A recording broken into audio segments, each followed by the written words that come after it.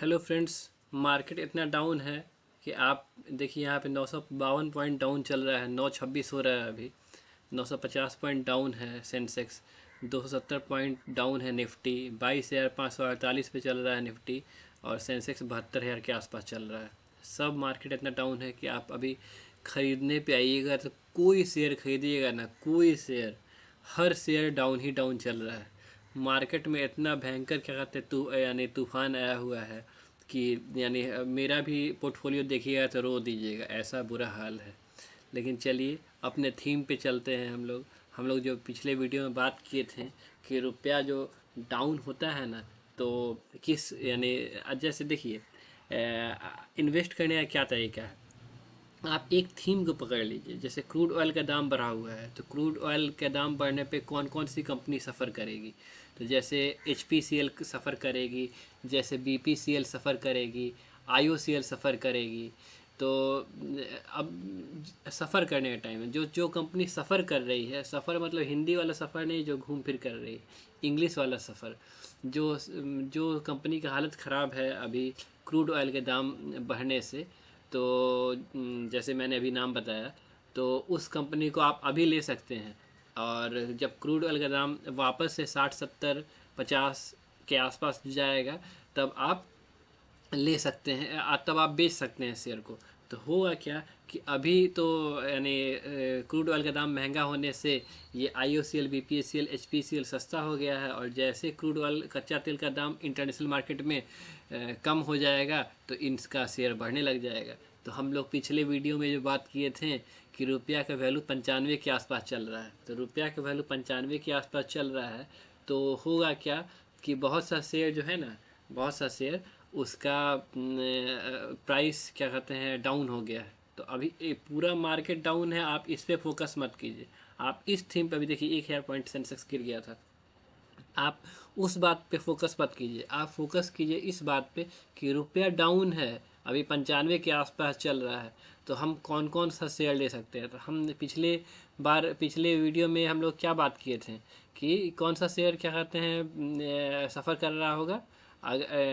तो देखा जाता है अभी हम लोग जैसे आईटी का देख लेते हैं। आईटी जो कंपनी डेटा सेंटर बना रही है, जो आईटी जो कंपनी जीपीयू पे काम कर रही है, आईटी का कंपनी देखते हैं हम लोग जो एआई पे काम कर रही है। जैसे मान लीजिए सपोज दैट इन विप्रो पे हम लोग देखते हैं। विप्रो के बाद इन्फोसिस और कंपनी सब देख लेंगे हम लोग। विप्रो सर्च किए हम लोग, तो विप्रो आ गया। विप्रो देखते हैं कि किस प्राइस पे चल रहा है।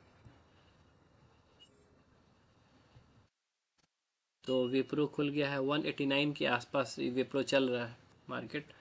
मतलब कि बुरा हाल तो सबका है, लेकिन इन कंपनियों को बढ़ना चाहिए था।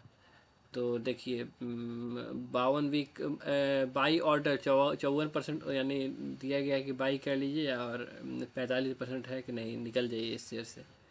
तो मेरा देख लीजिए कि हम यानी दो जो 8 शेयर लिए हुए हैं, तो 107 के लॉस में चल रहे हैं। टोटल 203 के एवरेज में लिए हुए हैं, 189 अभी चल रहा है।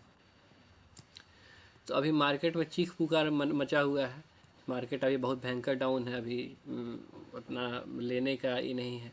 अब देखते हैं हम लोग इन्फोसिस का क्या हाल चाल है। इन्फोसिस भी मतलब कि बहुत बुरा हाल है इन्फोसिस का भी। आई टी सी एस का सबका बुरा हाल होगा। इन्फोसिस अभी हम लोग देख लेते हैं इन्फोसिस का क्या हाल है चल रहा है। तो ये कंपनियां अमेरिका के साथ ज़्यादा बिजनेस करती है, इंडिया के बाहर ज़्यादा बिजनेस करती है। इनका कमाई डॉलर में होता है। जो जिस कंपनी का कमाई डॉलर में होता है, तो रुपया डाउन होने की वजह से इन लोग का शेयर बढ़ने लगता है। तो ये देखिए इन्फोसिस अभी चल रहा है 1262 के आसपास में। तो आप देख सकते हैं अपने हिसाब से, ओवरव्यू है ये। देखिए 52 वीक लो पे 1215 है, और 1247 के आसपास यानी आज का लो है। अभी 1263 के आसपास चल रहा है। तो आप देख सकते हैं। अगर आप अपने हिसाब से देख सकते हैं। आप टी सी एस देखते हैं, टी सी एस से क्या हालचाल है। टी सी एस हुआ, टेक महिंद्रा हुआ, एल टी आई माइंट्री हुआ, क्या हालचाल है इन लोग का। T C S Tata consultancy service, इसका क्या हाल चाल है? देखिए TCS 2389 पे मैंने इस शेयर को 4000 के आसपास लिया। आप मेरा लॉस देख के आप बोलिए, देखिए 10 शेयर मैं लिया 41,000, मतलब एक ही एक 4100 में एक शेयर लिया है मैंने। देखिए लॉस मेरा, देखिए इतना भयानक लॉस पे मैं चल रहा हूँ। तो ये हाल है आईटी कंपनियों का, जब रुपया डाउन होने पे, जबकि इन शेयर को बढ़ना चाहिए, बढ़ ही रहा है। देखिए 0.06% बढ़ रहा है शेयर, मतलब पिछले लो से। तो इतना बुरा हाल है। तो ऐसा नहीं है ना कि जो आपको यानी यूट्यूब पे या फिर हर जगह अपना बात समझा रहे हैं, शेयर मार्केट समझा रहे हैं, उनका मार्केट में पैसे के हिसाब से अच्छा हाल है। अभी जो मार्केट गिरा है ना, तो सबका पोर्टफोलियो में यानी पैसा का वैल्यू डाउन चला गया। ऐसा बिल्कुल नहीं है। कि अब देखिए कि यहाँ पे आप लोग सीखिए भी कि क्या किया जा सकता है। अभी इस मार्केट में कौन कौन सा कंपनी गेनर साबित हुआ है। देखिए जैसे वेदांता का न्यूज आया है कि 1-2 दिन में वो एक शेयर के बदले 5 शेयर देगा। अब ये देखिए 675 के दाम पे वेदांता चल रहा है, मतलब कि ये आज गेनर है। ये कितना 3.99% गेन किया है। और हिंडाल्को देखिए 4% के आसपास गेन किया है।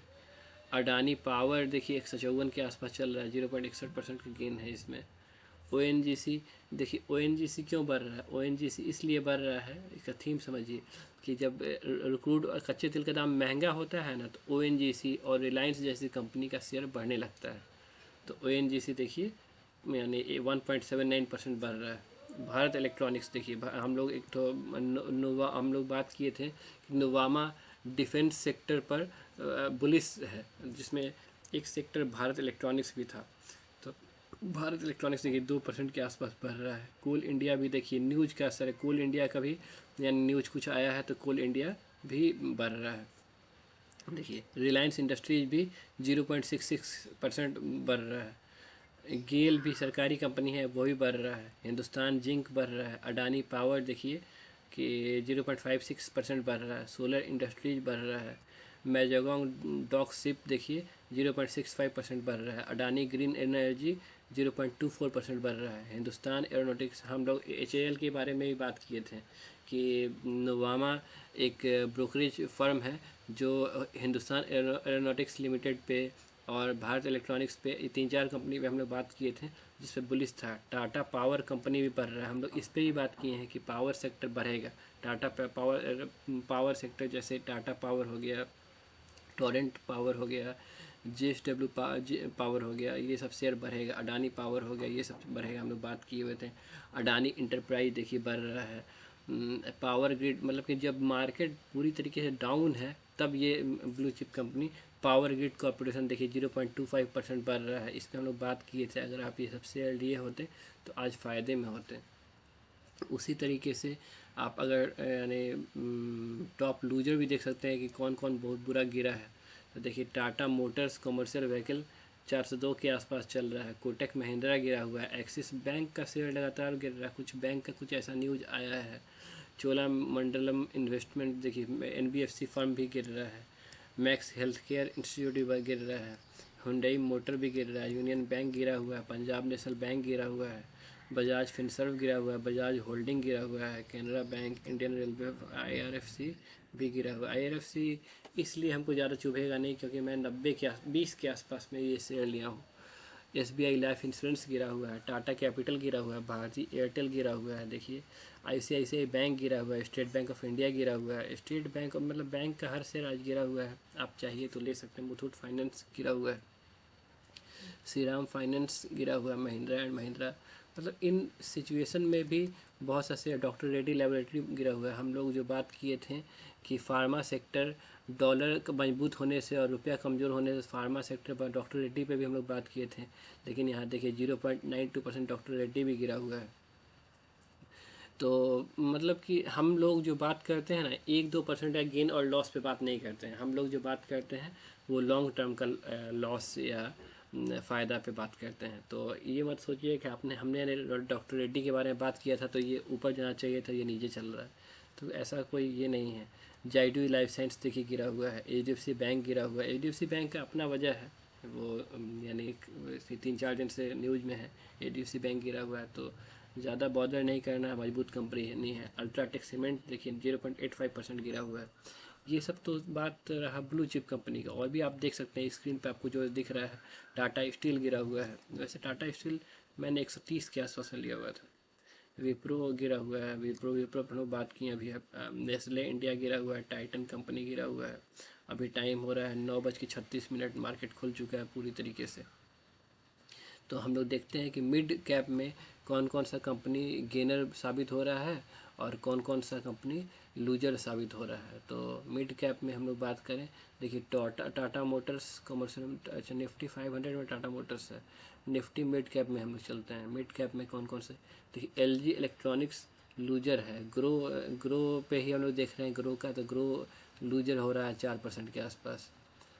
ठीक है, हम लोग गेनर पे बात करते हैं। देखिए अल्मुनियम का कंपनी बढ़ रहा है 5.46%। नेशनल अल्मुनियम बढ़ा है। स्टील अथॉरिटी सेल भी 2.96% बढ़ा है। गोदरेज फिलिप्स मतलब कि जो रियल एस्टेट की कंपनी है वो बढ़ रहा है। कोचिन शिपयार्ड 2% के आसपास। ऑयल इंडिया देखिए ऑयल एक्सप्लोरिंग कंपनी देखिए कितना अच्छा ऊपर जा रहा है। एनएमडीसी बढ़ा हुआ है। भारत डायनेमिक्स बढ़ा हुआ है। भारत डायनेमिक्स पे मैं हम लोगों ने बात किया था। एलआईसी हाउसिंग फाइनेंस बढ़ा हुआ है। Premier energy operator Radico Khaitan तो लॉस में है, पता नहीं गेनर में कैसे आ गया। तो देखिए मिड कैप का ये हाल है, ये लोग गेनर है। गेनर पे ही बात किया जाए, हम लोग अब लो स्मॉल कैप में देखते हैं कि क्या क्या है, कौन कौन। देखिए आईआरबी इंफ्रा डेवलपमेंट 22 के आसपास चल रहा है शेयर। तो और KNR का नेशनल अल्मुनियम देखिए ये सब चीज़ शेयर बढ़ा हुआ है। तो देखिए यही है अब। तो ठीक है, थैंक यू।